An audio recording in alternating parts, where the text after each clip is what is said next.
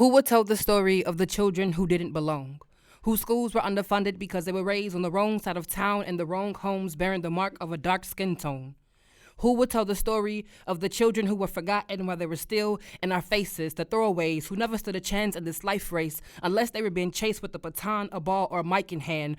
On display, poor colored children willing to entertain while the rest would be displaced in the pipeline to prison. The poverty of being colored and poor means that you would never be worth more than the smiles that you can put on our faces. Wildlings, totally deprived of any humanity, so when they don't succeed, they become the epitome of a self-fulfilling prophecy. Who will tell the story of the children who come out of the wilderness, aka ghettos, the hood, where nothing that ever comes out of it is good, who were never told that they could be good, so excellence was out of the window, born widows to life before they even had a chance to live. Their livelihood was this country's deconstruction of a fighting chance for people of their peculiar hue. When history taught you that you're 3/4 of a man, the laws may have changed, but not the hearts of men who control these oppressive systems.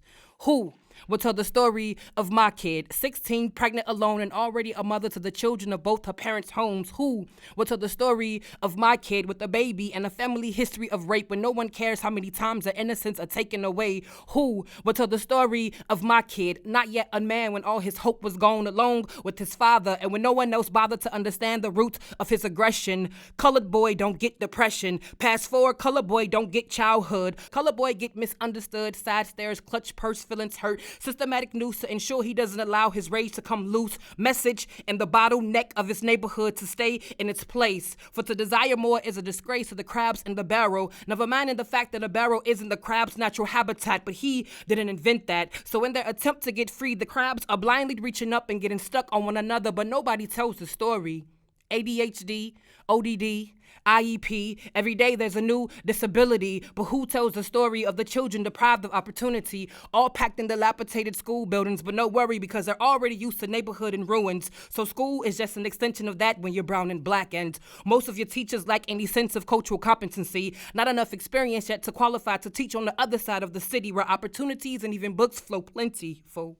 And the kids have the complexion deemed worthy of protection, so even when they're wrong, they were just misdirected. Affluenza means they get to come home scot-clean, where our children are fed to the prison industrial complex for the exact same things. And these are those stories that are always told, so that fear-mongering of colored children is never politically undersold. So who tells the story of the children, descendants of the forgotten, enslaved, hands engraved in sugarcane, tobacco, and cotton, short-lived reconstructed freedom, black codes, Jim Crows, desegregation, discrimination, a divided nation with no rights regardless of how civil could rewrite their wrongs? Our children who show up every day, most days, some days, or not at all. Our children, both those who prevail and fail, not because the system is broke, but because it was designed without them in mind. Our children who need us to stand up and show up all the way, not half days when we feel like it. Our children are being discarded, and we wonder why they're black-hearted when this world never opened theirs to them in the first place. No one needs to tell the story of the children. We must live it with them and empower them to rewrite their own. But in this story, they are no longer the villains.